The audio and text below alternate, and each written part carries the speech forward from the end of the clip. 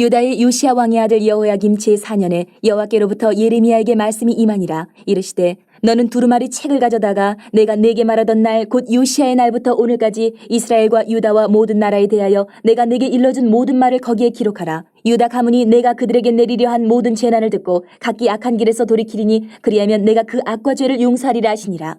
이에 예레미야가 네리야의 아들 바룩을 부르매 바룩이 예레미야가 불러주는 대로 여호와께서 그에게 이르신 모든 말씀을 두루마리 책에 기록하니라. 예레미야가 바룩에게 명령하여 이르되 나는 붙잡혔으므로 여호와의 집에 들어갈 수 없으니 너는 들어가서 내가 말한 대로 두루마리에 기록한 여호와의 말씀을 금식일에 여호와의 성전에 있는 백성의 귀에 낭독하고 유다 모든 성읍에서 온 자들의 귀에도 낭독하라. 그들이 여호와 앞에 기도를 드리며 각기 악한 길을 떠나리라. 여호와께서 이 백성에 대하여 선포하신 노여움과 분이 크니라. 네리야의 아들 바룩이 선지자 예레미야가 자기에게 명령한 대로 하여 여호와의 성전에서 책에 있는 여호와의 모든 말씀을 낭독하니라. 유다의 요시야 왕의 아들 여호야김의 제5년 9월에 예루살렘 모든 백성과 유다 성읍들에서 예루살렘에 이른 모든 백성이 여호와 앞에서 금식을 선포한지라. 바룩이 여호와의 성전 윗들 곧 여호와의 성전에 있는 세문 어기 곁에 있는 사반의 아들 서기관 그마랴의 방에서 그 책에 기록된 예레미야의 말을 모든 백성에게 낭독하니라. 사반의 손자요 그마랴의 아들인 미가야가 그 책에 기록된 여호와의 말씀을 다 듣고 왕궁에 내려가서 서기관의 방에 들어가니 모든 고관 곧 서기관 엘리사마와 스마야의 아들 들라야와 악볼의 아들 엘라단과 사반의 아들 그마랴와 하나냐의 아들 시드기야와 모든 고관이 거기에 앉아 있는지라. 미가야가 바룩이 백성의 귀에 책을 낭독할 때에 들은 모든 말을 그들에게 전하매 이에 모든 고관이 구시의 증손 셀레미야의 손자 느다냐의 아들 여후디를 바룩에게 보내 이르되 너는 백성의 귀에 낭독한 두루마리를 손에 가지고 오라. 네리야의 아들 바룩이 두루마리를 손에 가지고 그들에게로 오니 그들이 바룩에게 이르되 앉아서 이를 우리 귀에 낭독하라. 바룩이 그들의 귀에 낭독하매 그들이 그 모든 말씀을 듣고 놀라 서로 보며 바룩에게 이르되 우리가 이 모든 말을 왕에게 아뢰리라. 그들이 또 바룩에게 물어 이르되 너는 그가 불러주는 이 모든 말을 어떻게 기록하였느냐 청하노니 우리에게 알리라. 바룩이 대답하되 그가 그의 입으로 이 모든 말을 내게 불러주기로 내가 먹으로 책에 기록하였노라. 이에 고관들이 바룩에게 이르되 너는 가서 예레미야와 함께 숨고 너희가 있는 곳을 사람에게 알리지 말라 하니라. 그들이 두루마리를 서기관 엘리사마의 방에 두고 뜰에 샬롬 우리 영속교회 우리 청년부 여러분들, 이번 한 주간도 주의 말씀을 묵상하는 가운데 주님의 기쁨 되는 우리 삶을 사는 우리 청년들이 되기를 바랍니다. 오늘 말씀에서 예레미야는 하나님의 명령을 따라 그동안 주신 하나님의 말씀을 기록하게 됩니다. 기록한 말씀을 성전에서 낭독하고 다시 백성에게 낭독하게 하십니다.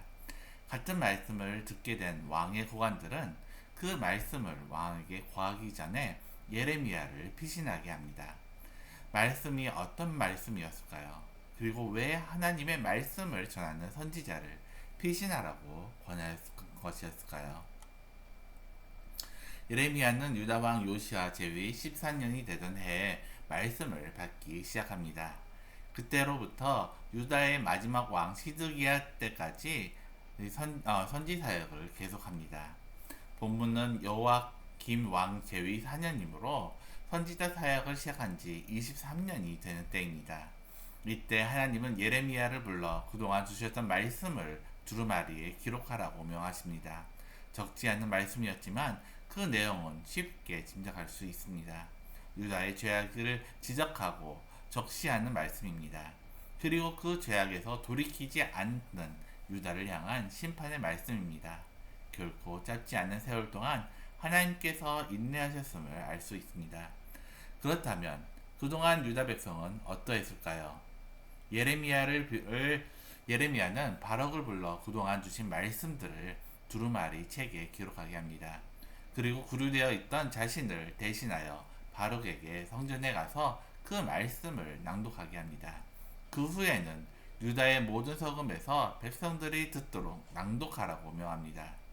두려우신 하나님의 말씀을 듣고 죄악의 길에서 돌이키기 위함입니다. 비록 23년 동안 그들에게 가감하지 않고 하나님의 말씀을 전했지만 있어야 할 반응이 없었던 그들입니다. 오히려 말씀을 전하는 선지자를 미워하여 갖은 협박과 박해를 가했던 그들입니다. 그래서 지금도 예레미야는 감금되어 성전에도 나가지 못하고 있습니다. 그러한 유다 백성에게 과연 자신의 죄를 깨닫고 회개의 길로 돌아올까요? 하나님께서 의도하시는 반응은 과연 무엇이었을까요? 기록된 말씀을 통해 나의 죄를 알리는 하나님의 뜻입니다. 죄를 깨닫고 그 죄를 내가 이길 수 없다는 사실도 깨닫게 하십니다. 그래서 나는 하나님의 심판을 피할 수 없는 죄인임을 고백하게 하십니다. 왜 그렇게 하실까요? 내가 소망 없는 죄인임을 모르는 자는 참 하나님을 구하지 않기 때문입니다. 그저 내 소원과 내 욕심이나 채워 줄 수 있는 적당한 신을 구하기 때문입니다. 적당한 거래를 통해 줄 것을 주고 받을 것을 받는 그런 신을 작정하고 하나님으로 섬길 것이기 때문입니다. 그런 자신의 죄악으로 인해 지옥 갈 인생들을 사랑으로 구원하신 하나님이 필요하지 않기 때문입니다. 비록 예레미야로부터 받은 말씀들을 낭독할 때 사람들은 어떤 반응이었을까요? 마가야가 말씀을 듣고 서기관의 방에 모인 고관들에게 전합니다. 고관들은 직접 바룩에게 기록된 말씀을 듣고는 놀랍니다. 하나님의 말씀을 들을 때 두렵고 놀라운 것은 당연합니다. 부패한 심중을 파고드는 하나님의 말씀이 검이 되어 찔러 쪼갤 때 숨겼던 죄악이 드러납니다. 이때 내가 심판의 문 앞에 서 있다는 사실을 깨닫습니다. 이때 두렵고 놀랍지 않은 사람이 있겠습니까? 그러나 고관들은 왕의 반응을 생각하고 놀라고 두려워합니다. 하나님의 심판에 대한 놀라움과 두려움이 아니었습니다.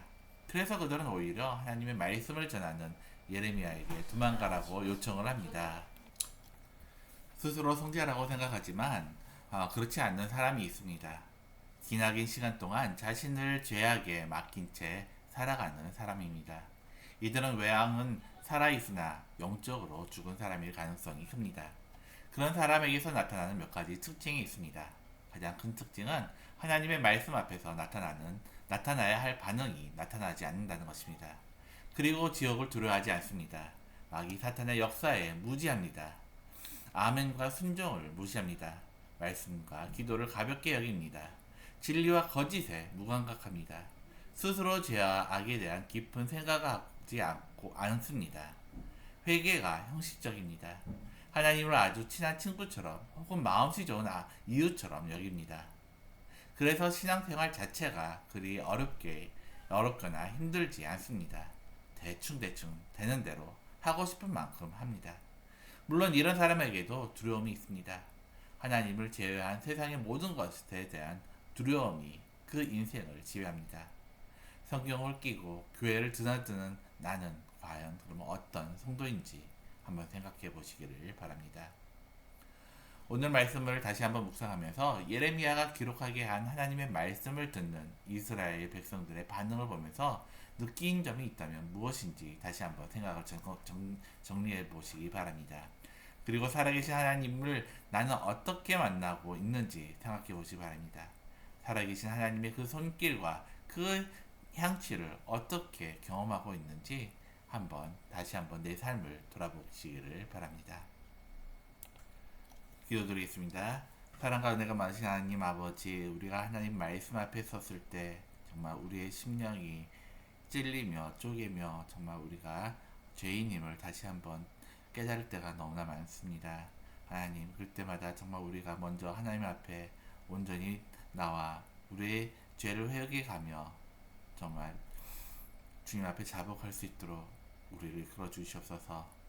우리가 다른 사람을 두려워하고 다른 것을 더 크게 여기는 것보다는 정말 살아계신 하나님만이 우리의 참 주인이심을 고백하는 삶이 될 수 있도록 늘 함께하여 주옵소서. 오늘 하루도 주님께서 우리를 이끌어 가실 줄 믿사오며 예수님의 이름으로 기도드립니다. 아멘.